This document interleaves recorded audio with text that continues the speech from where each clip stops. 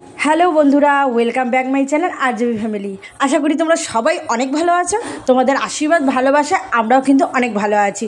সকাল সকাল বেরিয়ে পড়েছি, ডেস্টিনেশন হলো শিলিগুড়ি বালাসন। কোথায় যাচ্ছি বলো তো? ঘুরতে যাচ্ছি তোমাদের দাদার কাকার বাড়ি, মানে আমার কাকা শ্বশুরের বাড়ি বেড়াতে যাচ্ছি। ফার্স্ট টাইম যাচ্ছি তো একটু এক্সাইটমেন্ট অন্যরকম রয়েইছে মনের মধ্যে। আমার মাম্মাম, আমি আর তোমাদের দাদা তিনজনে মিলে কিন্তু বেরিয়ে পড়েছি। সত্যি কথা বলে সকালবেলা ব্রেকফাস্ট একটু হালকার মধ্যে করে নিয়েছি। করে নেওয়ার পরে এখন ঘড়িতে ওই ধরে নাও 1:45 কাছাকাছি বেজেই গেছে। তো আমরা কিন্তু এখন বের হলাম। কেন বলো তো? বাচ্চা কাচ্চা থাকলে তোমরা বুঝতেই পারো, যতই তাড়াতাড়ি যাওয়ার চেষ্টা করি কিন্তু ওই লেট হয়েই যায়। আর যেহেতু ছুটির দিন ছিল, মানে রবিবার ছিল, মে মাসের 4 তারিখ ছিল। আর সত্যি কথা বলতে সকালবেলা ঘুমটা ভাঙতেই যাচ্ছিল না তোমাদের দাদার। তাও যাই হোক, শিলিগুড়িতে একটু টুকটাক তোমাদের দাদার কাজ রয়েছে, যার জন্য কিন্তু বেরিয়ে পড়তে হলো। তো সত্যি কথা বলতে আমার বিয়ের পরে এই প্রথম আমাদের রিলেটিভের বাড়ি ঘুরতে যাওয়া। আমার তেমনভাবে কোনো রিলেটিভের বাড়ি ঘুরতে যাওয়া হয়নি, মানে তোমাদের দাদার রিলেটিভদের সাথে এখনোভাবে সেরকমভাবে বাড়ি ঘোরা হয়নি। হ্যাঁ, দেখা হয়েছে, আমাদের বাড়িতে তারা অনেকবার এসছে, কিন্তু আমার যাওয়া হয়নি। ওই যে কারণ একটাই, তোমাদের দাদা যেহেতু বাইরে কাজ করে আর আমিও তার সাথে থাকি, আর মা বাবা তো বাড়িতে ব্যস্ত থাকে, তাদেরও যাওয়া হয় না। আর কোনো অনুষ্ঠান পারপাসে তো এখন কারুর বাড়ি, মানে অনুষ্ঠান ছাড়া তো কারুর বাড়ি যাওয়াই হয় না। তো এই জন্যই আর কি বেরিয়ে পড়লাম। অনেক দিন থেকে কাকু কাকিমারা বলছিল যাওয়ার কথা, আর ননদগুলোও আমাদের ভীষণ ভালোবাসে, সবসময় আসা যাওয়া রয়েছে। তো তার জন্যই আর কি বেরিয়ে পড়েছি। দেখো, এত সুন্দর সাজাগুজার পরে তোমাদের দাদা আমাকে হেলমেট পরতে বলেছে। আসলে কি বলো তো, যতই হোক মেন রাস্তা দিয়ে অনেকটা রাস্তায় যাব, সেই তো হচ্ছে সেফটির জন্য মানে হেলমেটটা আমাকে পরতে বলা হয়েছে। না পরলে কীরকম একটা ব্যাপার হয়ে যাচ্ছে। এত সুন্দর সাজাগুজার পরে আমার না হেলমেট পরতে একদমই ভালো লাগে না।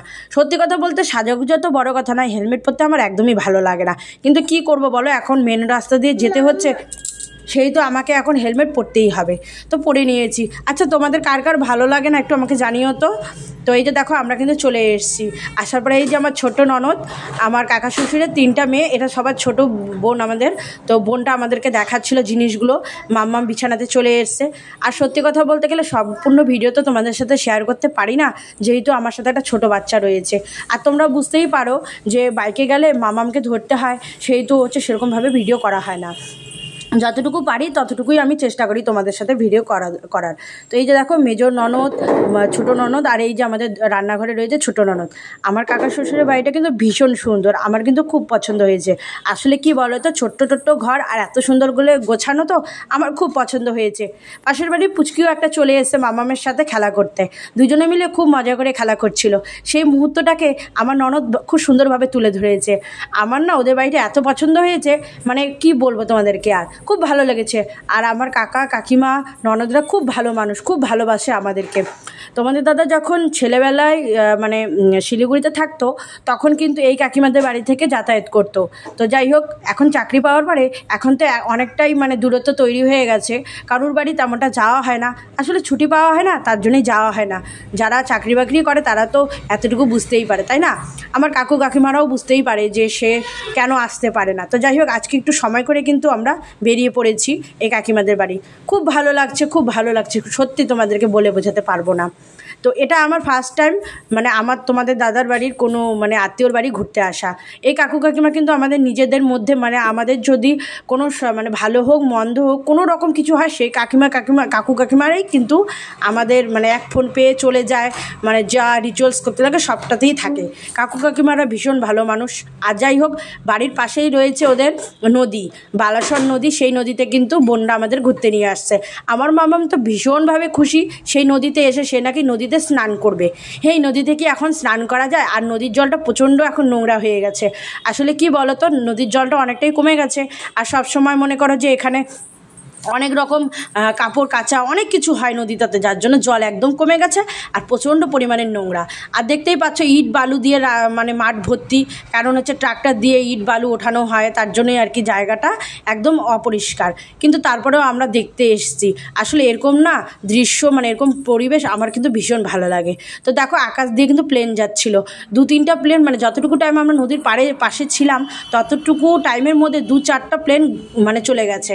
তো যাই হোক, অনেক ভিডিও, অনেক রিলস, অনেক ফটো তুলেছি, খুব ভালো লেগেছে যেহেতু, আর প্রথমবার এসেছি সেই তো মুহূর্তগুলোকে তো তুলে ধরতেই হবে, তাই না?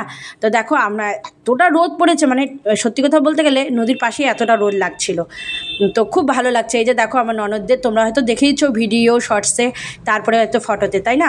তো যাই হোক, এখন খুব মজা করলাম, একটু ভিডিও বানিয়ে আমরা কিন্তু বাড়ি চলে যাব, যেহেতু খুব শর্ট টাইম, আর আকাশের পরিস্থিতি খুব একটা খারাপ দেখা দিচ্ছিল, মানে কালো হয়ে আসছিল আর খুব হাওয়া দিচ্ছিল, তো তার জন্য বেশিক্ষণ আমরা আর থাকিনি। তারপরে এখন বাড়িতে গিয়ে খাওয়া দাওয়া করে এই যে এখন আমাদের বেরিয়ে যাওয়ার পালা। এই যে আমাদের কাকিমা মামামকে খুব আদর করছে, খুব ভালোবাসছে, বলছে বুনু তুমি থাকো, যেতে হবে না, কিন্তু কি করব বলো, পরের দিন তোমাদের দাদা ডিউটি রয়েছে, আর মামামের সব কিছুই বাড়িতে রয়েছে, কিছুই আনা হয়নি, তো যার জন্য আমরা আর কি থাকলাম না, কিন্তু কথা দিয়েছি অন্য সময় এসে থাকবো, এটা বলেছি। তো চলো, তোমাদের কেমন লাগলো ভিডিওটা অবশ্যই তোমরা জানাবে। আমার কিন্তু খুব ভালো লেগেছে কাকু কাকিমাদের বাড়ি ঘুরতে, আর সব পরিবেশটা ভীষণ দারুণ ছিল। তোমাদের কেমন লাগলো অবশ্যই জানিও।